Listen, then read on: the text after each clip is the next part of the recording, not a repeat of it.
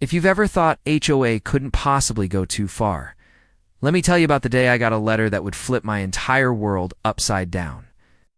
One quiet afternoon, I came home to find a thick white envelope stuffed into my mailbox. On the front, bold letters screamed urgent HOA violation. I didn't think much of it at first, probably just another petty warning about grass height or trash bins. But when I tore it open and read the first line, I nearly dropped the paper.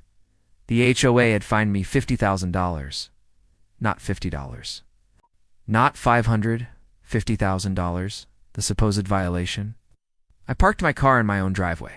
At first I thought it had to be some kind of clerical mistake. Who in their right mind would ever approve a rule that says you can't park in the space you paid for on property you legally own? But the fine was crystal clear, backed by pages of bylaws and enforcement policies that looked like they were pulled straight from some corporate lawyer's desk. My heart raced as I scanned every line. The HOA board claimed that overnight parking in driveways violated community aesthetics. According to them, cars had to be inside the garage always. No exceptions. I knew this was absurd, but I also knew one thing. HOAs don't bluff. If you ignore them, the fines pile up. If you fight back carelessly, they send lawyers after you. If you do nothing, they can put a lien on your house. Suddenly that ridiculous number on the paper didn't feel so funny anymore. I spent that.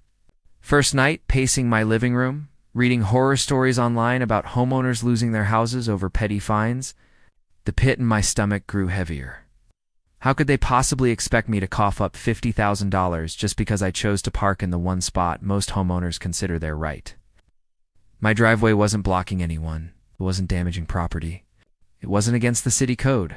Yet here I was, staring down a number that looked more like the cost of a brand new car than a parking ticket. The next day, I marched down to the HOA office. I thought maybe a face-to-face conversation could clear things up. But when I walked into that sterile little room with its framed community values poster on the wall, I was met with smug stares. The board president, a man who clearly enjoyed the power his position gave him, handed me a packet with all the documentation. He said nothing beyond, "You can appeal in writing." No sympathy, no explanation. Just cold indifference. It was in that moment that I realized this wasn't about parking. This was about control. The board had found a way Tower Pond use obscure bylaws to squeeze homeowners, and I had just become their latest target. I filed my appeal immediately, attaching photos of my driveway, pointing out how my car harmed no one, and citing state laws that specifically protect homeowners' property rights. Weeks passed. Then another letter came. Appeal denied. Not only that, they added late fees, pushing the total even higher. I could feel the trap tightening. That's when I knew I had two choices. Either roll over and hand them my hard-earned money, or fight back with everything I have. To fight, I had to be smart, because Ho were experts at intimidation, and one wrong move could cost me my home. So I started digging. Nights turned into early mornings as I pored through legal codes, public records, and the HOA's own governing documents. The deeper I looked, the more cracks I started to see. Their rules weren't just unfair, they might not even be legally enforceable. My driveway was private property, not a shared space. Their bylaws looked suspiciously vague. And when I checked their financial disclosures, something else caught my eye. The HOA had been racking up legal expenses at a shocking rate, almost as if they'd been targeting multiple homeowners. That was my first glimpse of a bigger story hiding behind my fine. This wasn't just about me. This was a pattern, a racket, and if I played my cards right, I might be able to expose it. But fighting an HOA is like walking into a hornet's nest. They had money, lawyers, and a whole system designed to scare homeowners into compliance. I had was my stubborn refusal to give in. I knew I needed backup, someone who knew the law better than they did. That's when I made the call that would change everything. I contacted a local attorney who specialized in property disputes. She listened patiently as I laid out the situation. When I read the fine amount over the phone, she actually chuckled and said, "They really think they can get away with that." For the first time since this nightmare began, I felt a flicker of hope. because if even a lawyer found this ridiculous, maybe the HOA had finally bitten off more than they could chew.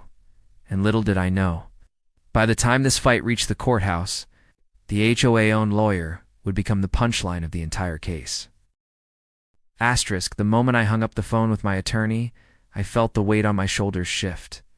For weeks, the HOA had made me feel cornered, like they held all the power. But now, for the first time, I wasn't alone.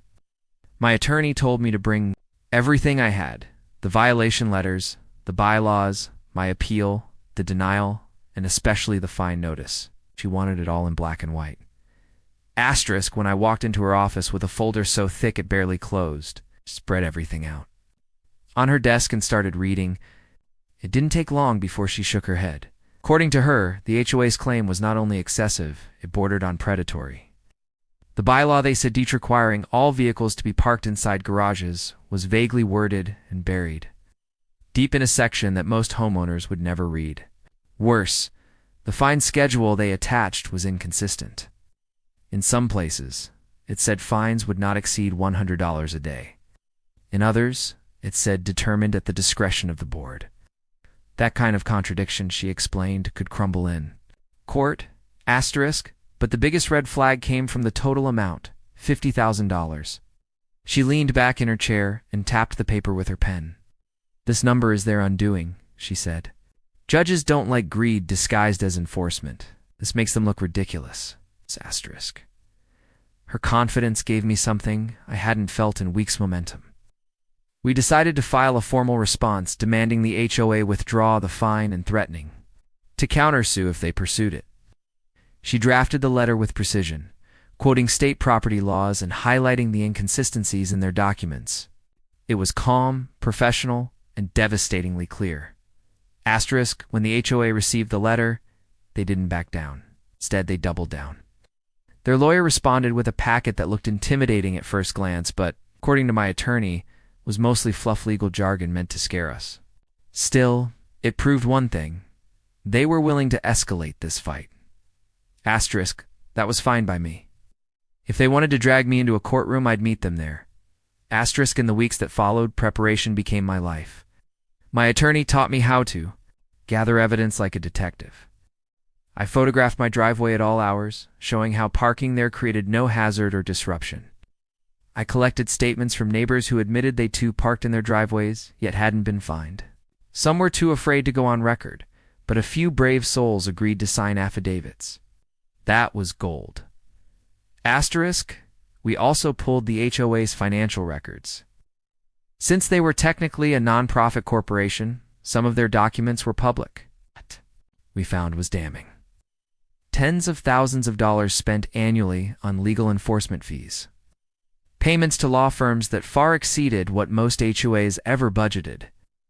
It painted a picture of a board that wasn't managing a community, it was running a business of intimidation. Asterisk, the more we dug, the more patterns emerged. Families fined for landscaping that didn't match vague standards. Seniors charged thousands for leaving trash cans out a few hours too long. One homeowner even had a lien placed on their property after refusing to repaint a fence 3 times in the same year. It wasn't enforcement anymore, it was extortion under the mask of community values. Asterisk, every document I uncovered made my resolve stronger. This wasn't just about a fine anymore. It was about standing up to a system that preyed on people's fears. Asterisk, finally. The day came when the case was officially filed. We were headed to court. I'll never forget the look on the clerk's face when we walked into the county courthouse to submit our complaint. When she saw the fine amount listed in the filing, her eyebrows shot up. She muttered, $50,000. For parking in your driveway? Then she actually laughed, shaking her head as she stamped the papers. That reaction told me everything. I needed to know if even a clerk found this absurd. Imagine what a judge would think. Asterisk, of course, the HOA wasn't laughing. Their lawyer fired back almost immediately, claiming we were wasting the court's time and that their rules were binding. Contractual agreements. But my attorney was ready. She reminded me that judges don't just look at contracts. They look at fairness, intent, and the law. And nothing about this was fair. Asterisk, as the court date drew closer, the tension in the neighborhood grew. Whispers spread about my case. Some neighbors avoided eye contact, afraid of being dragged into drama. Others quietly offered their support. A few even dropped notes in my mailbox thanking me for standing up, admitting they'd been fined in the past, but were too scared to fight. I realized I wasn't just carrying my own burden, I was carrying theirs too. Asterisk, the HOA board, meanwhile, strutted around like they'd already won. They sent out newsletters about protecting community standards and painted me as a troublemaker, trying to undermine harmony. It was propaganda, plain and simple. But I knew the truth would come out soon enough. Asterisk, as the trial date loomed, I lay awake at night imagining the courtroom. I pictured the HOA lawyer, armed with binders of bylaws, trying to convince a judge that $50,000 was a reasonable punishment for a car in a driveway. I imagined the smirk fading from his face when my attorney laid out the contradictions, the overreach, and the trail of abuse. Asterisk and I kept picturing that moment, the one I knew was coming, when someone in that courtroom wouldn't be able to hold back laughter at the absurdity of it all. Asterisk, what started as a fine had become a fight for principle. I was ready to see it through, no matter how ugly it got. Asterisk. Asterisk, if I thought the HOA would simply wait for the trial, I was dead wrong. The moment they realized I wasn't backing down, they shifted into overdrive. It wasn't about enforcing rules anymore. It was about crushing me before I could expose them. Asterisk, the first tactic was intimidation. Letters started arriving daily. Each one claimed new violations. My grass was an inch too tall. The trash bin was visible for 5 minutes after pickup. My porch light was too bright. Every little detail of my home became a weapon. They were paper bullets, fired nonstop, designed to overwhelm me. If I hadn't already hired an attorney, I might have broken under the constant barrage. Asterisk, but we documented everything. Every letter, every bogus violation, every photograph they took from across the street. We built a timeline that showed a clear pattern. Harassment aimed directly at me after I filed my complaint. And harassment, my attorney reminded me, doesn't play well. In front of a judge, asterisk, when the letters didn't scare me, the board moved to public shaming. At the next community meeting, they made sure my case was front and center. The president stood up and announced to everyone that I was suing the HOA, framing me as a selfish neighbor threatening community harmony. People turned to look at me, some with pity, others with judgment. But as I scanned the room, I noticed something interesting. Several neighbors who'd been fined in the past avoided the board's gaze. Their folded arms and tight lips told me everything. They weren't against me, were just afraid. Asterisk, the pressure didn't stop there. One morning I came outside to find a neon orange sticker slapped across my mailbox. Delinquent homeowner. I peeled it off, furious, my hand shaking. This wasn't enforcement, it was humiliation, plain and simple. When I told my attorney, she smiled grimly. Perfect, she said. They just gave us another piece of evidence for retaliation. Asterisk, but the dirtiest trick came a week before the trial date. Out of nowhere, the HOA's lawyer filed a motion claiming I hadn't paid my dues on time, demanding immediate payment, plus late fees. The timing was obvious. They wanted to paint me as irresponsible, a bad neighbor who couldn't follow the most basic rules. Luckily, I had receipts. Bank statements, cleared checks, even email confirmations. The so-called missed payments were nothing more than clerical errors, if they were even errors if at all. Asterisk at this point. I could see cracks forming in their strategy. They weren't confident in their original fine anymore. Instead, they were throwing everything they could at me, hoping anything would stick. But the harder they pushed, the more desperate they looked. Asterisk, meanwhile, my attorney, kept me focused. Let them dig their own hole, she said. The judge won't just see the fine, he'll see the pattern. And that's exactly what we were building, a story, backed by evidence, that showed an HOA abusing its power to silence a homeowner who dared to resist. Asterisk, the stress was real, though. I won't pretend I slept peacefully during those weeks. Every time I left the house, I wondered if another violation notice would be waiting. Every time I drove through the neighborhood, I felt eyes on me, board members parked in their cars, snapping photos of my property. It was exhausting. Asterisk, but I also knew this was the storm before the calm. Bullies always hit hardest right before they lose control.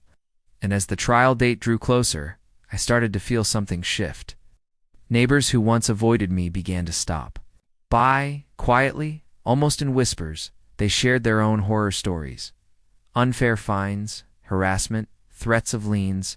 One older couple told me they'd considered moving just to escape the constant stress. Another neighbor admitted they'd thought about suing too, but didn't have the resources. Asterisk, that's when it hit me. This wasn't just my fight anymore. The entire neighborhood was watching, hoping I'd win. If I lost, it would send a message that no one could stand up to the board. But if I won, it could change everything. Asterisk, the night before the trial, sat at my kitchen table surrounded by papers, evidence neatly stacked in folders. My attorney had everything ready: exhibits, affidavits, legal arguments that cut through the HOAs. Nonsense like a knife. I thought back to the first day I opened that fine notice, the panic I felt, the dread that maybe they could take my home. Now, instead of fear, I felt determination. Asterisk, the HOA, thought they could bury me under fines and shame. Instead, they had awakened a fight they couldn't control. Asterisk, and when we walked into that courthouse the next morning, I was ready for whatever came next, because the HOA wasn't just fighting me anymore.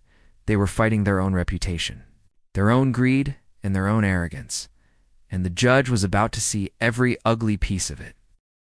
Asterisk, the courthouse was buzzing that morning, a mix of routine cases and nervous faces waiting for their turn before the judge. But when my name and the HOA's appeared on the docket, I felt the room shift. People looked up, curious. A $50,000 fine for a car in a driveway wasn't exactly a typical dispute, and word had already spread that this case would be one to watch. Asterisk, I walked in with my attorney by my side, carrying a binder filled with every piece of evidence we had gathered. Across the aisle, the HOA's lawyer sat with two board members, including the smug president who had handed me the violation notice weeks ago. They looked confident, arrogant, even like they already owned the courtroom. Asterisk, the judge entered, stern and no nonsense, and the clerk began calling the case. As soon as the details were read aloud, Homeowners Association v. Homeowner's name, alleged violation. Overnight parking in private driveway, fine amount, $50,000. The clerk couldn't stop herself. She glanced up, smirked, and let out a short laugh before quickly covering it with a cough. The judge's eyes flicked over at her, but even he seemed amused. That was my first taste of how absurd this was going to look outside the HOA's bubble.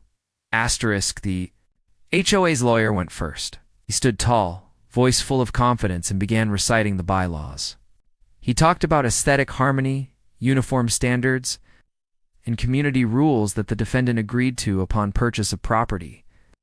He pointed to the clause that required all vehicles to be parked in garages overnight, and he painted me as someone who willfully ignored the rules and undermined the community. On paper, his argument was polished. But in the room, it felt hollow.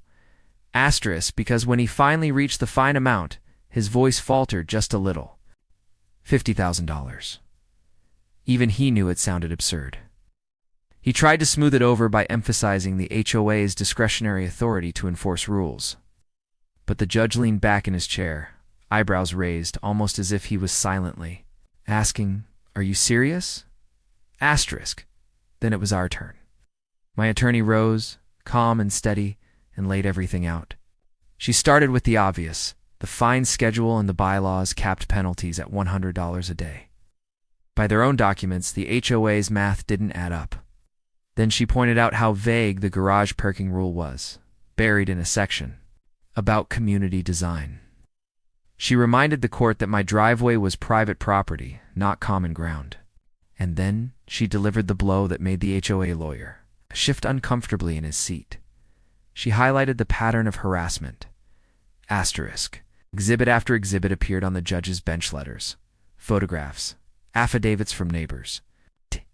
One painted the picture of a board that had singled me out, piling violation after violation to silence me once I refused to pay. She showed the sticker they had slapped on my mailbox.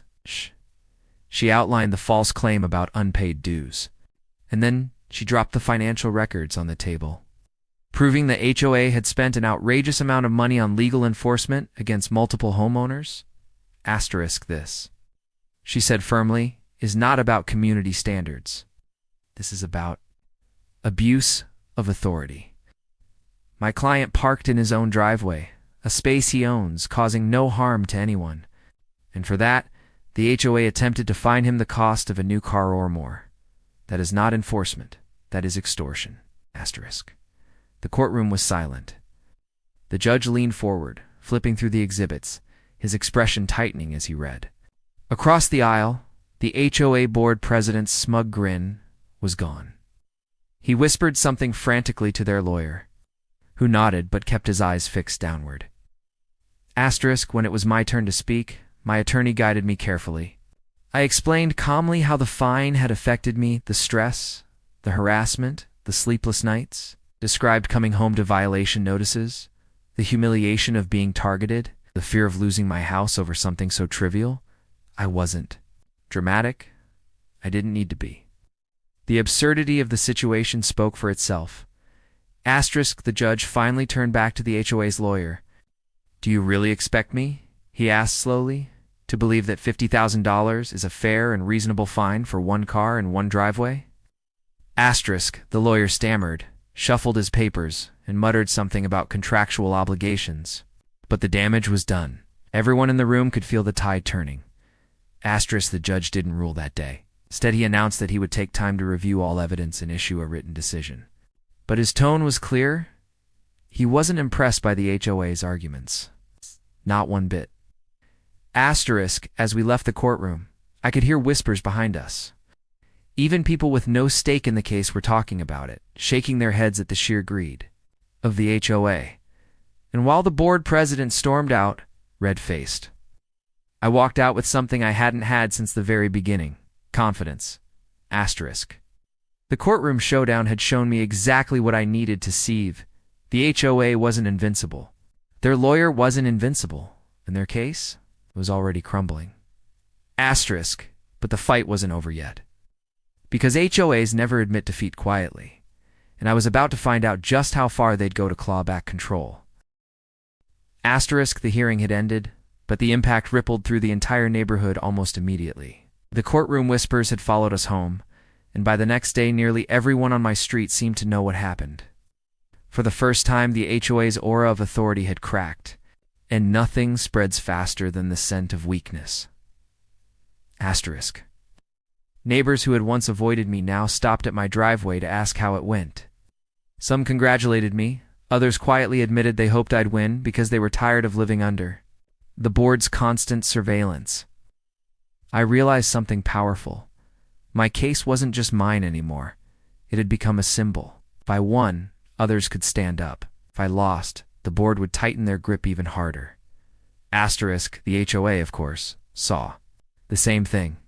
And they weren't about to let their control slip away without a fight. Asterisk, within days of the courtroom showdown, their tactics escalated again. First came the smear campaign.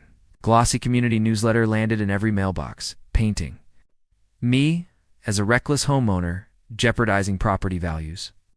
They claimed I was wasting community funds with my lawsuit, conveniently leaving out the fact that their decision to fine me $50,000 was what forced this all to court. In the first place, asterisk, the language was harsh, emotional, and designed to scare people. If one homeowner can defy the rules, what happens to all of us? They wrote. But instead of rallying support, the letter had the opposite effect. Neighbors began to question why so much ink was being spilled over one car and one driveway. Some even whispered that the board seemed desperate, almost panicked. Asterisk, then came the intimidation. I noticed unfamiliar cars parked near my house at odd hours, board members watching from behind tinted windows, snapping photos whenever I so much as stepped outside. More violation letters arrived, each more petty than the last. One cited visible oil stains on my driveway. Another claimed my mailbox was slightly tilted. They weren't even trying to hide it anymore. This was retaliation. It's plain and simple. Asterisk, my attorney assured me this was good for our case. Retaliation after a legal dispute only made them look worse. But for me, living through it, the stress was suffocating. Every time I opened my front door, I braced myself for another notice, another sticker, another threat. Asterisk, and then the most brazen move of all.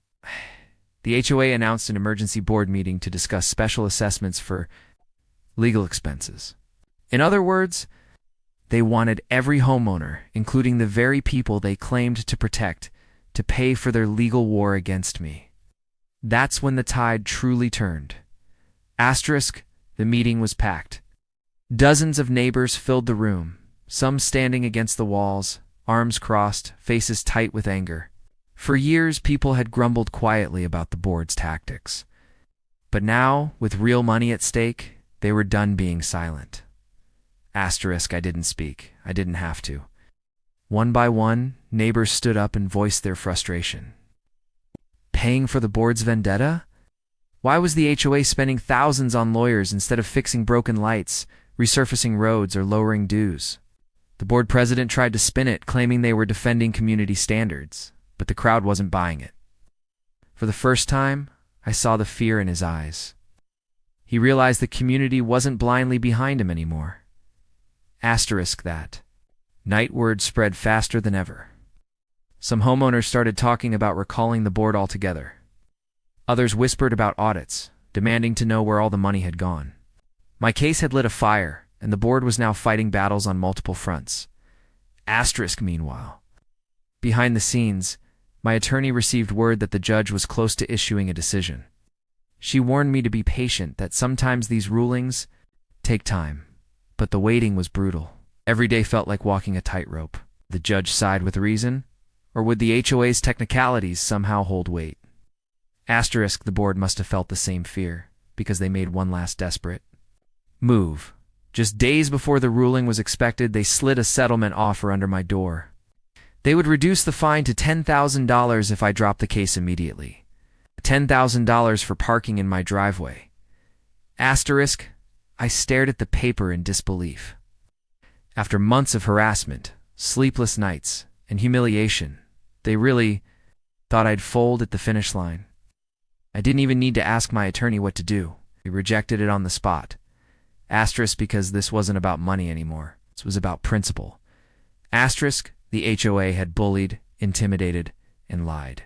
And in just a few days, a judge would finally decide whether they could keep doing it or whether the system would hold them accountable. Asterisk. The board thought they could crush me, but now the entire community was watching. And I had the feeling that when the ruling came down, the fallout would be bigger than anyone imagined. Asterisk. Asterisk, the morning of the ruling, the courthouse felt different. There was no buzzing crowd this time, no long arguments waiting to be heard, just a quiet, tense atmosphere as we gathered in the small courtroom to hear the judge's decision. Asterisk, I sat at the plaintiff's table with my attorney, hands clenched tightly in my lap. Across the aisle, the HOA's lawyer shuffled his papers nervously while the board president stared straight ahead, his jaw clenched tight. This was it. Months of harassment, fear, and preparation all boiling down to a few paragraphs read aloud. By a judge, asterisk, when the judge entered, the room went silent. Didn't waste time. He opened his folder, adjusted his glasses, began to read. Asterisk, the first few lines reviewed the facts. The alleged violation, the bylaw cited, the amount fined. Hearing $50,000 spoken aloud in a courtroom made my stomach flip all over again. But then came the judge's tone shift firm, skeptical, almost incredulous. Asterisk, he pointed out the contradictions in the HOA's fine schedule. He noted that the garage parking rule was vague and poorly written, hardly the kind of clause that justified life-changing penalties. He highlighted the retaliation, the avalanche of violation notices, the public shaming, the neon orange sticker, slapped on my mailbox. This, he said, goes beyond enforcement. This is harassment. Then came the words I'll never forget. The court finds the fine imposed against the defendant not only excessive but unenforceable. The claim is dismissed in full. Asterisk, across the aisle, the HOA lawyer's face drained of color. At the board, President sat frozen, blinking rapidly, as if he hadn't quite processed what just happened. But the judge wasn't done. Asterisk, he went on to order the HOA to cover my attorney's fees, citing their abuse of discretion. And then, in a final blow, he recommended that the state's housing authority review the HOA's practices for potential violations of law. The message was clear. Not only had they lost, but their power was now under a microscope. Asterisk, my attorney placed a reassuring hand on my arm. But I didn't need reassurance. I felt lighter than I had in months. The nightmare was over, and I had 1. Asterisk, walking out of that courtroom, I have expected the board members to confront me. But they didn't. They slipped away quickly, their bravado gone, their confidence shattered. Outside, I was greeted not just by my attorney, but by a handful of neighbors who had shown up quietly to watch. Some smiled, others clapped me on the shoulder, one even whispered, "Thank you." Asterisk, over the next few weeks, the fallout hit hard. The board tried to downplay the ruling, but the truth spread fast. Homeowners began openly questioning their authority.